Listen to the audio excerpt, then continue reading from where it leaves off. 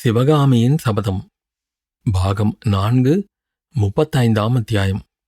வாதாபி கணபதி. மனிதர்களுக்குள்ளே இருவகை சுபாவம் உள்ளவர்கள் உண்டு. ஒரு வகையார் கொடூரமான காரியங்களையும் காட்சிகளையும் பார்க்க பார்க்க அவற்றை குறித்து அலட்சியமாக எண்ணத் தொடங்குகிறார்கள். அப்புறம் அத்தகைய கொடூரமான காரியங்களைச் செய்வது அவர்களுக்கு சகஜமாகி விடுகிறது.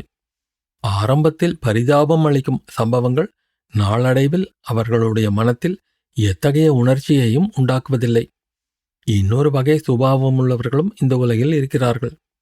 கொடூரமான காட்சிகளை பார்க்க பார்க்க அவர்களுடைய உள்ளம் உணர்ச்சியின்றி தடித்துப் போவதற்கு பதிலாக ஆத்திரம் அதிகமாகிறது. பரிதாப சம்பவங்களை பார்க்க பார்க்க அவர்களுடைய மனவேதனை மிகுதியாகிறது. அநீதிகளையும் அக்கிரமங்களையும் காண காண அவற்றை உலகிலிருந்து ஒழிக்க வேண்டும் என்ற பிடிவாதம் அதிகமாக வளர்கிறது. பிந்திய சுபாவமுள்ள மாந்தர் கூட்டத்தை சேர்ந்தவர் சேனாதிபதி பரஞ்சோதி. இரத்தத்தை பார்க்க பார்க்க இரத்தவெறி அதிகமாகும் இராட்சச வர்க்கத்தை அவர் சேர்ந்தவரல்ல. வாதாபி பெரும்போரில் போர்க்களத்திலிருந்து ஓடிய இரத்த வெள்ளத்தையும் மலைமலையாக குவிந்து கிடந்த மனித உடல்களையும் பார்த்து படுகாயமடைந்து உயிர் போகும் தருவாயில் அலறிக் கொண்டிருந்தவர்களின் ஓலத்தையும் கேட்ட பிறகு பரஞ்சோதியின் உள்ளத்தில் இந்த பயங்கரமெல்லாம் என்னத்திற்கு?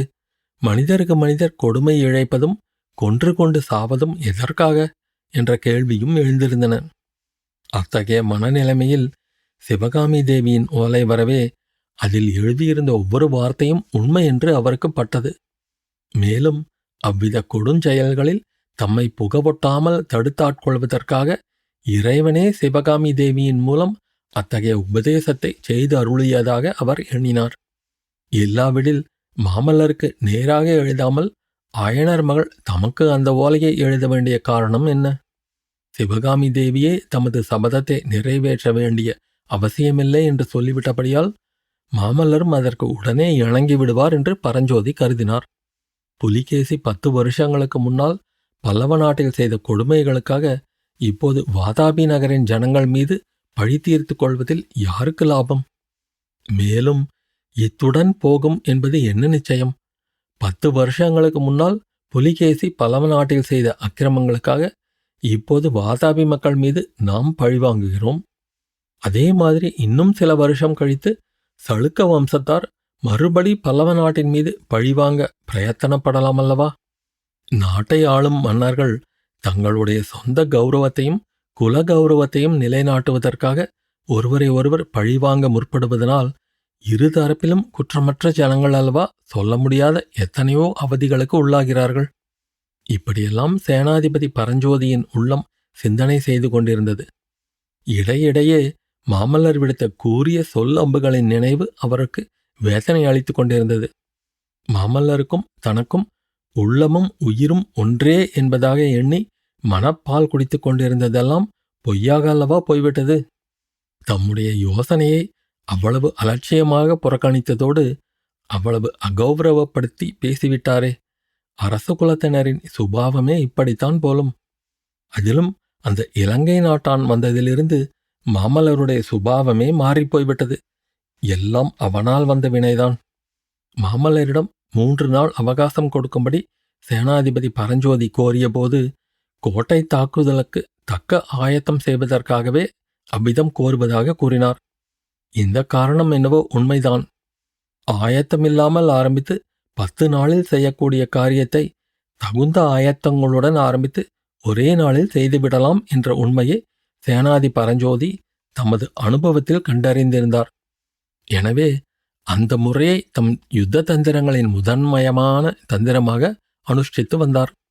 ஆனால் சேனாதிபதி 3 நாள் அவகாசம் வேண்டும் என்று கேட்டதற்கு மேற்கூறிய காரணத்தை தவிர இன்னும் ஒரு முக்கிய காரணம் இருந்தது. அது இன்னமும் வாதாபி கோட்டைக்குள்ளே இருந்த சிவகாமி தேவியை கோட்டை தாக்குதல் ஆரம்பிப்பதற்குள்ளே பத்திரமாக வெளியில் கொண்டு வந்து சேர்க்க வேண்டும் என்பதுதான். பல்லவ சைன்யம் கோட்டையை வெளியிலிருந்து தாக்க ஆரம்பிக்கும்போது கோட்டைக்குள்ளே ஆயனரின் குமாரிக்கு ஏதேனும் ஆபத்து விளையாது என்பது என்ன நிச்சயம்? இதை பற்றி ஏற்கனவே மாமல்லரும் பரஞ்சோதியும் கலந்து யோசனை செய்து கோட்டைக்குள்ளே ஒரு சிலரை முன்னதாக அனுப்புவதற்கு சுரங்க வழி ஏதாவது இருக்கிறதா என்று கண்டுபிடிக்க சத்ருக்னனையும் குண்டோதரனையும் ஏவியிருந்தார்கள். இவர்களுடைய முயற்சி என்ன ஆயிற்று என்று பார்ப்பதற்காகவும் சேனாதிபதி 3 நாள் அவகாசம் கேட்டார். அந்த 3 நாளும் முடியும் சமயம் இப்போது வந்துவிட்டது. 3ஆம் நாள் சூரியன் அஸ்தமிக்கும் நேரம். அன்றிரவு மாமல்லர் தமது முடிவை சொல்லிவிட்டால் உடனே தாக்குதலை ஆரம்பிக்க வேண்டியதாயிருக்கும். ஆனால் சத்ருக்னனும் குண்டோதரனும் இன்னும் வந்தபாடில்லை. இந்த தர்ம சங்கடத்துக்கு என்ன செய்வது?